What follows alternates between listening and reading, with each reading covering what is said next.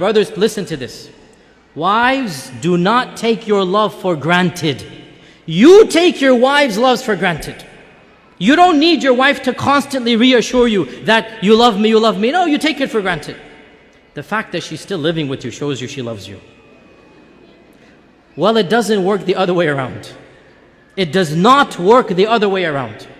A woman is always double guessing. Does he still love me? Does he still think about me? Does he still care about me? Does he still put me number one?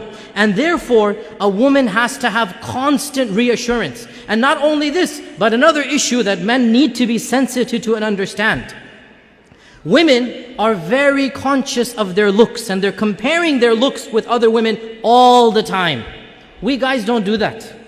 We don't care about other looks of men, and we don't compare ourselves. But women are always thinking, am I still beautiful enough for him? Does he still think me attractive? Maybe I've gained a few pounds. Maybe after the third kid, this and that. She's always double guessing her looks, her figure. And so the husband always has to make her feel the most beautiful, the most cherished, the most loved, the most admired. Though she always wants these reassurances. How does he do this? Many ways, and again, time is limited. I'll just point out a number of them. Number one, words, words, words. Never underestimate the power of speech. Simply saying, I love you. I know it's awkward for men after the courting phrase. I know it's awkward, right? But believe me, it never goes out of fashion. For women, it never goes out of fashion. They always love to hear this phrase. And in fact, there are da'if hadith of our Prophet. It's a bit da'if hadith, but it's still mentioned in our books that our Prophet and Aisha were joking once. And Aisha said to the Prophet, كَيْفَ حُبُّكَ لِي? How much do you love me? How is your love for me? And our Prophet said, and he gave a beautiful, metaphorical, poetic expression. He said, my love for you is like the tight knot that cannot be unbound. My love for you is like the tight knot that cannot be unbound. So then in the future, sometimes if they would have a bit of an issue, a bit of an argument, one of the two would remark, how is the knot right now? How is the knot right now? And Aisha would say this when the Prophet sometimes got irritated. How is the knot? So he would smile, he would say, as strong as it ever was. Right? And this hadith is in Daraqutni. Now the point being that the words, I love you, are something very important, but not just I love you. Praising her and what she does. Husbands, never take your wife's actions for granted. Suppose she is cooking and cleaning most of the time. Not that I'm suggesting that should be done. Work should always be 50-50. Wives cook and husbands eat. No, don't give me. Work should always be 50-50. Don't misquote me there. But I'm just saying, suppose she cooks and suppose she cleans, right? Never take it for granted. Always, once in a while, come and compliment her. MashaAllah, that was great. You know, I really appreciate what you're doing for me. Those words, they go a long way. Your wife realizes, you know what? He's not taking me for granted. Very important. Praise her looks when she dresses up, when she does something extra special for you. Never take it for granted. Husbands, you all know the big danger of forgetting anniversaries, right? You all know how dangerous that is. Why do women want you to know their anniversaries? Because it makes them feel you still love them. Makes them feel he still remembers me, he still cherishes me.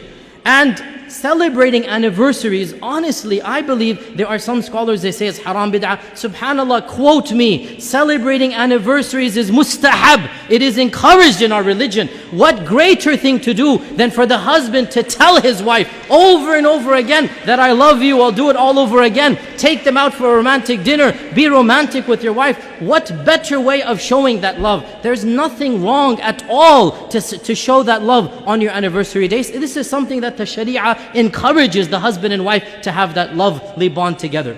Another thing that the woman wants is time. And time, this is now a difference in language. For husbands, time means the watch on your hand. So when the wife says, you never spend time with me, immediately he goes into calculation mode. I sleep 8 hours in a day, I have breakfast 1 hour, I come home, that's 10 hours with you. How can you say I never have time for you? Right? Because he's thinking of time in the dictionary definition of time. That's the clock. No. Women have a different dictionary. Women have a different vocabulary. For women, time means attention. Undivided quality attention. So, you're working 5 days of the week. You have that Saturday night free and you want to go and you want to watch a television match. You want to watch a cricket game. You want to go and play some basketball. You want to do this and that. That is quality time. And you have just shown your wife when you have quality time, you don't want to spend it with her. So what does that mean? You never go out with the guys? No, of course you have to go out with the guys.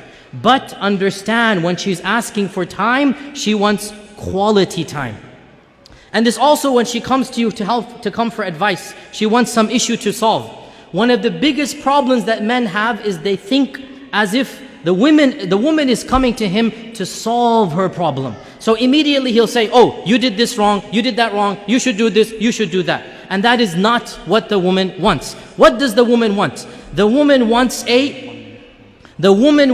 a loving ear, a sympathetic ear. She wants somebody to listen to her problem, to be sympathetic to her, not necessarily to solve her problem. This is quality time. To express that whatever she went through was frustrating, was problematic, and inshallah, they will work it out. And of course, much more can be said, but again, time is of the essence. The bottom line, brothers and sisters, the bottom line, marriage is something that both sides have to give and take. Men have to give or else the women will take. No, again, both sides have to give and take. You have to give what the woman wants, and in return she will give what you want. When the man gives love, when the man gives that, what we call romance, and romance is nothing. Men think romance is a very dangerous word. They never want to use it, right? All romance means is you show her you're thinking about her. You show her you're caring about her. Husbands, the phrase I love you, giving roses, remembering the anniversaries, taking them out, spending quality time. This is what romance is.